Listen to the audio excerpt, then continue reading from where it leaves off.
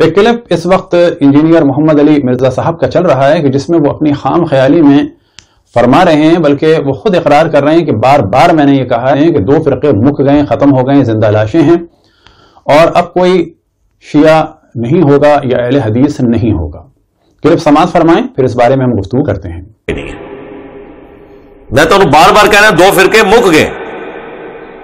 زندہ لاشاں نے تو نظر آ رہی ہیں، ان کی روح ختم ہو چکی، ایک اہل حدیث اور دوسرے شیعہ، یہ 2 فرقے ختم۔ اب جو آپ کو نظر آ رہی ہیں نسلن ہے، جتنا عرصہ ان کی نسل چل جائے، نیا کوئی بندہ نہ اہل حدیث ہوگا نہ شیعہ ہو، کیونکہ ان کو پتہ چل جائے گا کہ بھی حق کہاں سے ہو رہا ہے۔ رہ کے جو بندی اور بریلوی، وہ تو اللہ کے فضل سے آپ کو پتہ ہے، وہ تو خود اپنے اوپر خود کچھ حملے کرتے رہتے ہیں، وہ ان کی باتیں پبلک کے سامنے ہیں۔ اب آپ نے کلپ سماعت فرمایا تو پہلے ہم توجہ دلائیں کہ زندہ لاشیں وہ لوگ ہیں کہ جن کے بڑوں کے شجرے عجیب و غریب ہیں، کوئی پیدا ہوا ہے چچا اور بھتیجی کی جنسی قربت کے نتیجے میں، کوئی ایسا ہے کہ جس کے ماموں اور نانا ایک ہیں، اور کوئی پیدا ہوا ہے کہ جس کی پیدائش پہ 4 لوگوں نے دعوے کیے ہیں، کوئی جنگوں میں بھاگنے والے ہیں، کوئی رسول اللہ صلی اللہ علیہ وسلم کی توہین کرنے والے ہیں اور رسول کے قول کو ہزیان یعنی بکواس کہنے والے ہیں۔ وہ لوگ تھے زندہ لاشیں، وہ لوگ ہیں زندہ لاشیں۔ مولا امیر المؤمنین اسد اللہ غالب علی کل غالب علی ابن ابی طالب علیہ السلام نہ زندہ لاش تھے اور نہ ان کے ماننے والے زندہ لاش ہیں، وہ بھی کرار غیر فرار تھے اور ان کے ماننے والے بھی کرار غیر فرار ہیں۔ ختم ہوگا سلسلہ ان لوگوں کا کہ جو دشمن تھے رسول کے اور رسول کے بعد آل رسول کے، جنہوں نے ظلم ڈھایا حضرت فاطمہ سلام اللہ علیہا پہ، اور یہی وہ چیزیں ہیں کہ جو تشیع کی تبلیغ کا سبب بن رہی ہیں، اور انہی لوگوں میں سے جو لوگ زندہ ہو رہے ہیں وہ ہو رہے ہیں اہل بیت کے فضائل سننے کی وجہ سے اور دشمن اہل بیت کے جرائم سننے کی وجہ سے، کہ جنہوں نے آفیشلی اعلان کر کے اور قانوناً قتل عام کو اور عورتوں کی عزتیں لوٹنے کو اور جلانے کو جائز قرار دیا۔ انجینئر محمد علی مرزا صاحب اصل میں لاہور کے اس دیوبندی مدرسے کے ساتھ مل کر جس سازش میں مصروف تھے، تو وہ یہ سوچ رہے تھے کہ اب کام ختم ہونے والا ہے، لیکن یہ ان کی خام خیالی ہے اور ساتھ میں دیوبندی لاہوری مدرسے کی بھی خام خیالی ہے۔ نہ کبھی اہل بیت کا ذکر رکا اور نہ کبھی اہل بیت کے چاہنے والوں کی تعداد میں کمی واقع ہوگی۔ یہ جو ہمارے مومنین دھوکہ کھا رہے ہیں انجینئر صاحب کی باتوں سے کہ جی وہ بنو امیہ کو برا کہتے ہیں، تو شیطان کو برا کہہ کے کوئی ہم پر احسان نہیں کرتا، وہ اپنے آپ پر احسان کرتا ہے۔ بنو امیہ کو برا کہہ کر نہ مودودی صاحب نے ہم پر احسان کیا، بلکہ اپنی پاکیزگی کو بیان کیا ایک حد تک۔ اور اگر انجینئر بھی بنو امیہ کی حامیوں کو بیان کر رہے ہیں تو ہم پر احسان نہیں کر رہے، اپنے مذہب کا دفاع کر رہے ہیں، کیونکہ جو بھی بنو امیہ کے ساتھ ہوگا وہ در حقیقت اپنے مذہب کی خباثت کا اعلان کرے گا۔ البتہ بنو امیہ کی خباثت کا دار و مدار ان سے پہلے والے لوگوں پر ہے کہ جنہوں نے رسول کے قول کو بکواس کہا، جنہوں نے آل رسول پر ظلم کیا، جنہوں نے رسول کی احادیث پر پابندی لگائی۔ اب اہل حدیث ختم ہو یا نہ ہو یہ الگ موضوع ہے، لیکن آپ کے بڑوں نے رسول کے قول کو ہزیان اور بکواس کہا اور بعد میں رسول کے قول پہ نشر و اشاعت کی پابندی لگائی۔ اب یہ اور بات ہے کہ آپ بھی اسی ہزیان کہنے والے کا دفاع کریں اور آپ کے ساتھی لاہور کے دیوبندی مدرسے والے بھی اس جرم کا دفاع کریں کہ جی احادیث پر پابندی لگانے والے نے بہت اچھا کام کیا تھا، اور پھر آپ یہ مل کے سوچیں کہ اب اہل بیت کا ذکر ختم ہو جائے گا تو چاہے آپ ہوں ماڈرن بن کے یا ماڈریٹ بن کے، اور چاہے وہ لاہور کے مدرسے والے ہوں نظام امامت یا نظام امامت اور ولایت کا نام لے کے، کہ در حقیقت وہ نظام ولایت اور امامت کیا ہے؟ فاسق اور فاجر اور زانی بادشاہوں کے سسٹم کو پاکستان میں لانے کی سازش ہے۔ اب ہم آج آپ کو صرف اتنا بتاتے ہیں کہ مصر میں کتنی شیعت پھیل رہی ہے، اور پھر بعد میں اگر موقع ملا تو اور ممالک کی بھی آپ کو سیر کرائیں گے تاکہ آپ کے ذہن سے نکل جائے۔ آپ اگر جہلم کے کمرے میں بیٹھے ہوئے ہیں تو نہ سمجھیں کہ ساری دنیا وہ ہے۔ اگر بعض جاہل اور نادان وہ لوگ کہ جن کے ماں باپ کسی زمانے میں دوسرے مذہب میں تھے اور پھر وہ کچھ دن کے لیے شیعہ ہوئے، پھر وہ اگر آپ کے ہاتھ میں چلے گئے تو وہ بھی آپ کے ہاتھ میں زیادہ دن نہیں رہیں گے اگر ان کے شجرے پاک اور پاکیزہ ہیں، کیونکہ پاک اور پاکیزہ شجرے والے کبھی بھی رسول کے قول کو بکواس کرنے والوں کے ساتھ زیادہ دن نہیں چل سکتے۔ اب آپ کے سامنے ہم ایک کلپ پیش کرتے ہیں مصر کے مشہور و معروف مبلغ اور وہابی عالم دین محمد سعید رسلان کا. لأنك تسمع أن قرية كاملة في محافظة متاخمة قد دخل نصف أهلها في التشيع والنصف الباقي يراوح قد يدخل قريبا، والمرء يتابع أنه تم رصد ما يزيد على 20,000 من المسلمين من أهل السنة صاروا شيعة في محافظة الإسكندرية وحدها. هذا فضلا عما كان معلنا قبل وعما لا يعلن ولا يدرى عنه شيء لأن مثله إنما يدور في الخفاء. یہ موصوف کہہ رہے ہیں کہ مصر کے قریے میں آدھا قریہ جو ہے وہ شیعہ ہو گیا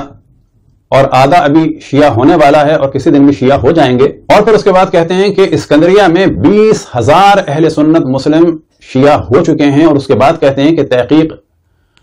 جو ہوئی ہے وہ تو یہاں تک ہوئی ہے، لیکن ان کے علاوہ کتنے لوگ شیعہ ہوئے ہیں کہ جن کا علم نہیں ہوا وہ الگ ہیں.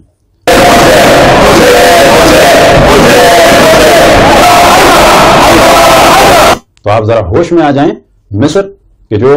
مرکز تھا ایک زمانے میں اہل سنت کا، وہاں بھی الحمدللہ جرائم کو جان کے، کن کے جرائم کہ جن لوگوں نے اہل بیت پر ظلم کیا، جن لوگوں نے قول رسول کو بکواس کہا، عصیان کہا، ان کے جرائم کو جان کر. اب آپ کے سامنے کلپ ہے ایک مشہور و معروف وہابی مبلغ کے جن کا نام ہے علا سعید، وہ سماعت فرمائیں، پھر ان کے بارے میں ڈسکشن کریں گے. في الخارج، في الكويت، في الإمارات، في البحرين، لابد من ممارسة الضغط عليهم. هناك جمعية في الكويت للمصريين الرافضة، هناك 1000 مصري تشيعوا في الكويت وهؤلاء يمثلون رأس. اب یہ فرما رہے ہیں ان کا بھی ہم و غم یہ ہے، اور یاد رکھیں کہ مصر کے ٹی وی پر اور مختلف چینلز پر اتنا موضوع ڈسکس کیا گیا ہے کہ لوگ تیزی سے شیعہ ہو رہے ہیں کہ اگر صرف اس پر ہم پروگرام کرنا شروع کریں تو شاید 20 گھنٹے کی ویڈیو ہو جائے، اور وہ بھی اس صورت میں کہ وہ پوری ویڈیو شاید ہم نہ لگا سکیں، کیونکہ اس موضوع پر ویڈیوز بھری پڑی ہیں کہ کس طرح سے تیونس میں، الجزائر میں اور مراکش میں شیعہ ہو رہے ہیں. یہ موصوف بھی یہی رو رہے ہیں علا سعید کہ اس وقت کویت میں، بحرین میں، مصر میں اور مختلف علاقوں میں شیعت پھیل رہی ہے. اور اس کے بعد کہہ رہے ہیں جو کویت میں رافضی ہیں، مصری ہیں، وہ 1000 شیعہ ہو چکے ہیں فقط ان کی معلومات کے مطابق. اب آپ ایک کلپ سماعت فرمائیں کہ یہ عجیب و غریب شخص ہے، یہ بھی ایک وہابی ملا ہے، اس کا نام ہے محمد الزعبی. یہ شخص مشہور ہے پاگل قسم کی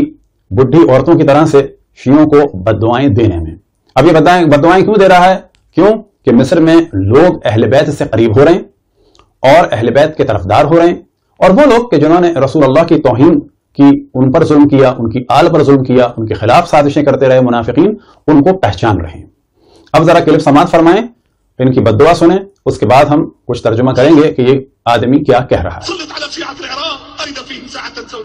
أرنا فيهم عجائب قدرتك يا من أهلكت عادا وثمود يا من أهلكت النمرود يا من أهلكت فرعون أهلك الشيعة أهلك الشيعة أهلك الشيعة أهلك الشيعة. اب یہاں ان کا دوسرا کلپ تو بعد میں آئے گا، تو یہاں پر کہہ رہے ہیں کہ یا اللہ تو شیعوں کو برباد کر دے، شیعوں پر تو بلاؤں کو مسلط کر دے جس طرح سے تو نے عاد و سمود کو برباد کیا. اور پھر اس کے بعد لگاتار یہ شخص جملے کہہ رہا ہے کہ یا اللہ تو شیعوں کو